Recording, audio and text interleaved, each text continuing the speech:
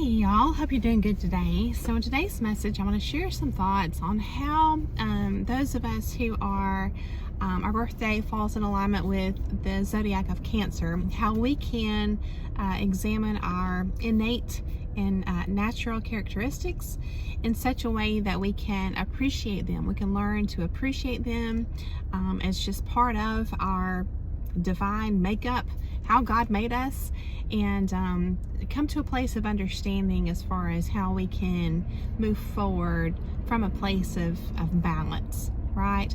From a place of not shaming ourselves, not judging ourselves for our natural tendencies, right? But understanding that just like a coin, there can be two sides to a quality. Like I mentioned in my last video about the zodiac when I was talking about Gemini, right? So you can have like a neutral point where a quality is just part of, you know, your design, how God made you, you might say, right? And then you can, depending on your, this is the magic that you bring to the equation. It's like depending on your part, your efforts. And this can even be, unfortunately, our unconscious efforts, you know, and this is where you might reach your the midpoint in your life somewhere, or even sooner or later. It's all different for each one of us, right? But you might reach a point in your life where you start to really self-examine and you start to shine the light into those dark crevices, and you see the conditioning that has taken place in your life and how that has swayed what would have been these neutral qualities as part of your design and who you are, how that has swayed you one way or the other. And it's just a matter of working to become conscious of that and trying to bring it back into balance, right? So I hope you enjoy the conversation today. It's just casual as always, and it's just meant to give you some things to think about, right?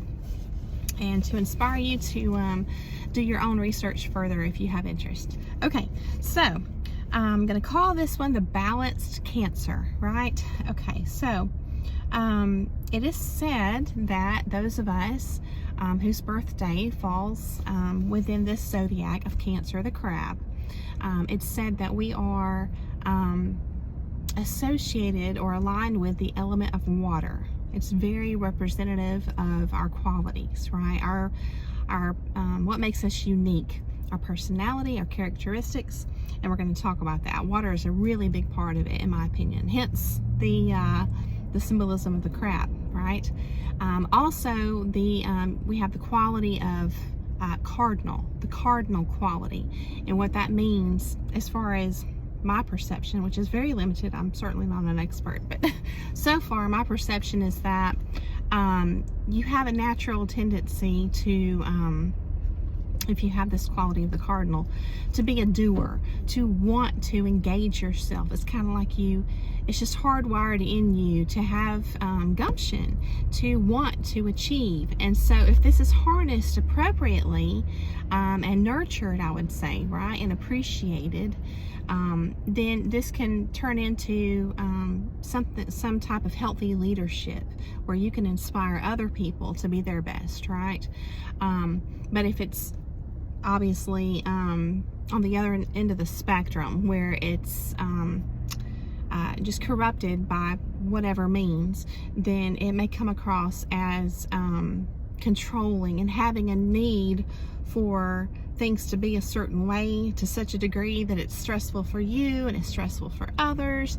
And these are the people or the times in your life, if this resonates with you, this is where you can find yourself just constantly being disappointed, being stressed out, just having this need for things to be a certain way. It's a little bit, you might describe it a little bit narcissistic.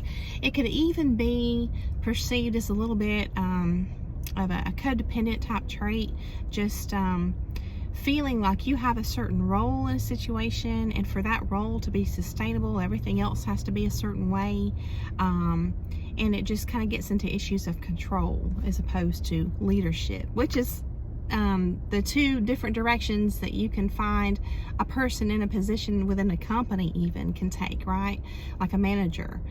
You've got your good managers that are true leaders, and they truly wish the best for others, and and they try to bring out the best in others. That's the good side of the coin, right? And then on the other side, you have the managers that are just very controlling and rigid and forceful, and it's just you can tell, even without words being spoken, right? We know the energy is going to be present, and if you are attuned to that kind of thing, then you're gonna very quickly be able to assess the situation. That's just one example. But the cardinal quality, just having a tendency to be a doer and want to get things done. Okay.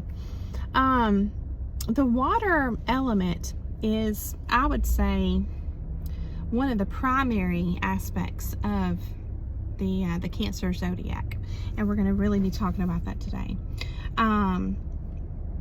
And I'll just say this, you know, when you're looking at the symbolism of all these different constellations, you know, I don't know why, but I've seen some books and art cards and things like that swap out the crab for the Cancer zodiac with like a lobster and things like this, and I don't really understand that, but I think you know, when you're examining specifically the symbolism with the crab, that one of the main things is the hard shell and the soft interior, right? And the pinchers. And so really, I think that this is probably a good representation, whether it's a crab or a lobster or anything similar. It's still a good representation of these qualities that a person can have, right? Which is a person may seem to be very closed off, or reclusive, or sharp even, or hard to the exterior world, right? People they don't know. But if you get beyond that, if you get past that barrier and you know this person on a personal level, you're going to see that they actually have a big heart. You know, they have the soft interior, right? And so interesting. And then the pinchers I've heard to be associated with just being sharp, you know, because I think it's a natural tendency for those within this zodiac to be extremely protective of especially those that they love, right? Because love is a very strong driving factor with I don't know how to use Cancerians. I don't know the right term, but those within the zodiac, right? Cancers. It's yes, and I think that this is where you can draw in the water element, because they are primarily said to be driven by feelings. The ruling planet is said to be the moon, which they call the moon and the sun within, I think it's astrology, whatever this term is. I'm still learning within understanding all of this. All of the moon, the sun, the planets, everything, they're all called planets. And so the ruling planet is said to be the moon. And just like how the moon affects the ocean tides, right? The waves, especially those within this zodiac, okay, or that have the water element associated with the water element, they are also moved, right, by their feelings. So essentially you have someone who is a very feeling driven person. They're very caring, they're very passionate, they're very protective of those they love. They may appear one way, meaning hard or closed or reserved or sharp with certain people, and then with those that they care a lot for, they're going to see and access the soft side of this person, right? And so in order to find balance, I'm not even going off my notes, y'all. I have pages and pages of notes. I'm not even going off of them. But in order to find yourself in balance, if this is your sign or this is someone that you know and care for, I think that one of the biggest qualities is that when you are a very passionate and caring person, when you are very in tune with that, and it's just literally woven into who you are, this is something that truly needs to be accepted, understood ideally, but especially accepted and harnessed, if at all possible. Okay, and the reason I say that is, if you are a very caring person, you are very vulnerable to exploitation. If you are so full of love and of zeal and just this fervent spirit, right? Because you have this cardinal quality. You have a bunch of passion and caring and love, and you're in your feelings, and you're also a driven person with a lot of gumption. You're wanting to go and do, well, then that makes you potentially the perfect target for someone who wants to be the one in the driver's seat. Okay, so someone, you're very vulnerable to have your efforts funneled into another person's schemes, right? Whatever it is they want to accomplish. So again, if you don't really know and understand yourself, you're very much at risk, and that's really for any of us, you know, no matter what your zodiac is. But I would say especially if you're a passionate person and you really put your heart into things. You know, you're not just doing it for accolades, you're not just checking off boxes in life, but you're literally pouring your heart and soul into things. When that's your natural tendency, and I know this firsthand, and I care a lot about this because this is my zodiac, but it's certainly an area to take note of and to pay attention to, and to learn to appreciate, and therefore steward, right? Because we're all given unique aspects for a reason, and they can be gifts, right? Or they can be, we can appreciate them as the gifts they are, I would say, right? But yeah, the nature of water, you know, we know that it's by nature very free-flowing, it's expansive, and that's kind of how we are, you know. It's kind of like we're just willing to just, you know, spread our love and kindness anywhere, you know, just like water. And what's interesting when you're talking about balance is you think about a lot of water pouring into a space. If it hits a wall, you know, and there's no outlet, there's going to be a buildup of pressure. It's the same thing with us. If we don't have an outlet, I think that it may resonate with you, if this is your zodiac, that you may find, yeah, I absolutely need a creative outlet. You know, I need somewhere to pour myself into. I need a project. I need something to do that I can be passionate about, that I really genuinely care about. And so figuring out what that is for you, and it may not just be one thing, it may be several things. That's really important, again, because if you don't do it, or if you're denied that opportunity, then someone's going to take advantage, and we just need to be really cautious there. Yeah, and I would say also on the other side of the spectrum, being out of balance, if this pressure is building up inside of you, I think it might come across as you just caring too much. If you're coming up against a dam, and this water's, you know, building up in pressure, and it's only going in this one direction, then that's going to possibly be, if you're on the other side of this wall, and this is this person's energy, it may just feel like, man, you know, you have a really strong, overpowering kind of presence. And I think that when you're a passionate person, sometimes you can come across that way. But I would say to you, take heart, because you're not going to come across that way with the people that are meant to be in your life, right? And yet we also need to understand that we truly do, no matter what our qualities are, need to strive to be in balance and just make sure we're healthy in every way, body, mind, and soul, right? So I would say this one lens you can use is just to understand this energy within you that is so rooted and grounded and driven by passion and love and care. This is kind of how your unique life force energy manifests in the world. I think that it manifests differently in different people. And this, again, looking at the zodiac is just one lens we can use to try and understand ourselves a little bit better and learn to appreciate who we are, right? Okay, so I think I've pretty much summed up most of my notes here. Yeah. So they say that Cancer, this zodiac is a feminine energy, feminine, right?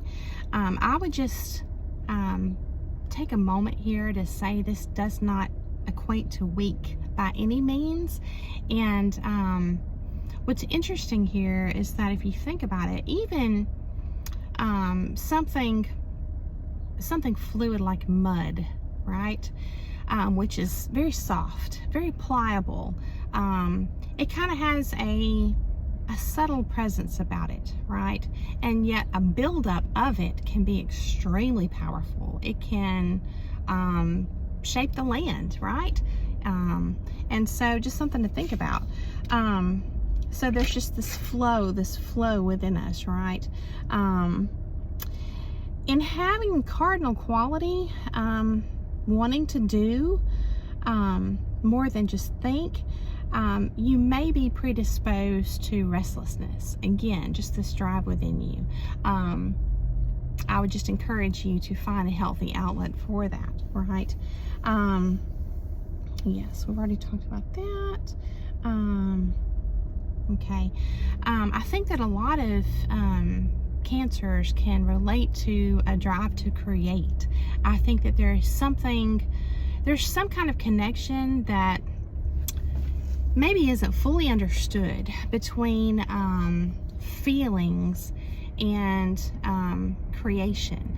But just a quick example of this would be in the Christian Bible, which is where, God is the creator. That's what God does. He creates, and yet he is described as love, right? Not just God loves, but God is love.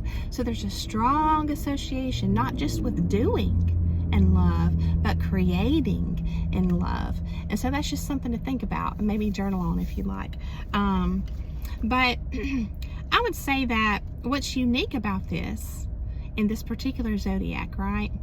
This drive to do and create with a passion, right? With love, is that this is a life force energy manifesting as something that is very rich. It's so rich that it's a very life-giving and life-sustaining energy.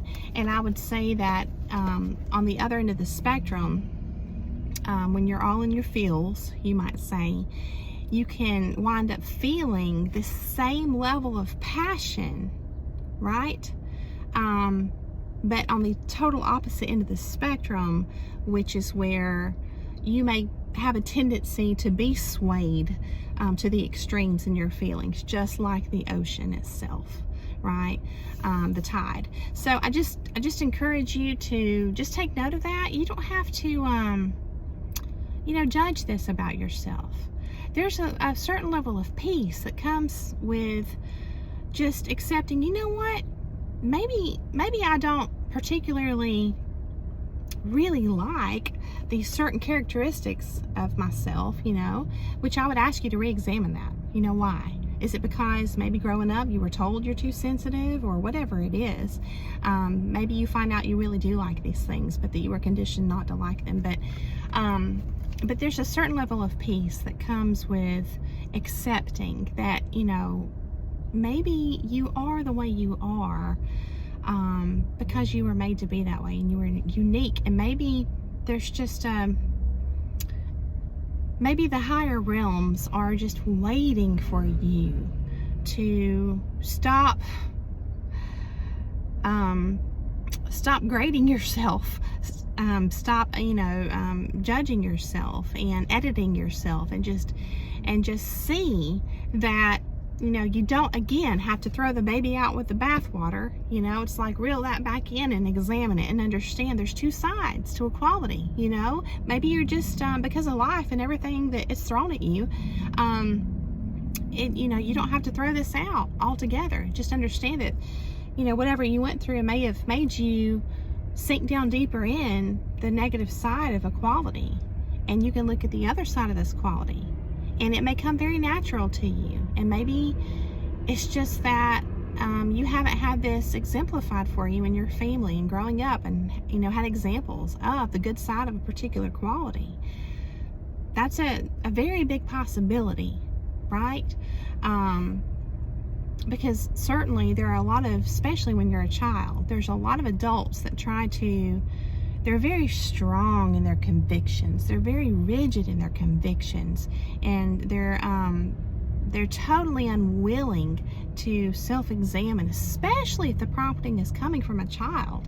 And so it's hard for a child when these convictions from the adults in their life are just, imposed on the child as truth. And this becomes your, I don't know, your measuring stick. I heard somebody say that recently. I don't know who it was, but it's like, you have to really come to a place in your life where you say, hang on a second, let me throw this stick out. I don't want this thing. It's just wrong. It's altogether just totally full of error. So I just encourage you again, because feelings are powerful, and that's why I'm trying to really hammer this one home, because feelings are so powerful, and they can be powerful and creative in a very positive way for self and others, or in a very detrimental way for self and or others. So I just invite you to closely examine this aspect. If this is you or someone you know, I just invite you to closely examine this aspect, and from a non-judgmental place, from a place of saying, just a minute, this might literally be an intentional part of this person or my makeup, and maybe I just haven't, again, had an elder in my life to teach me how wonderful and valuable this quality within me truly is, and I just want to assure you that sometimes it can take a long time to find people that appreciate you for you, but they are out there. They are out there, and it just makes them that much more special,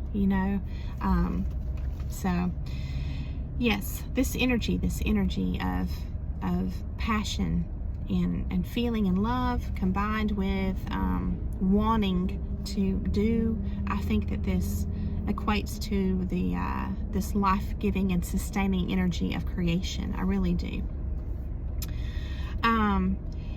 If you are, if this is you, if this is your zodiac, and you are just this container full of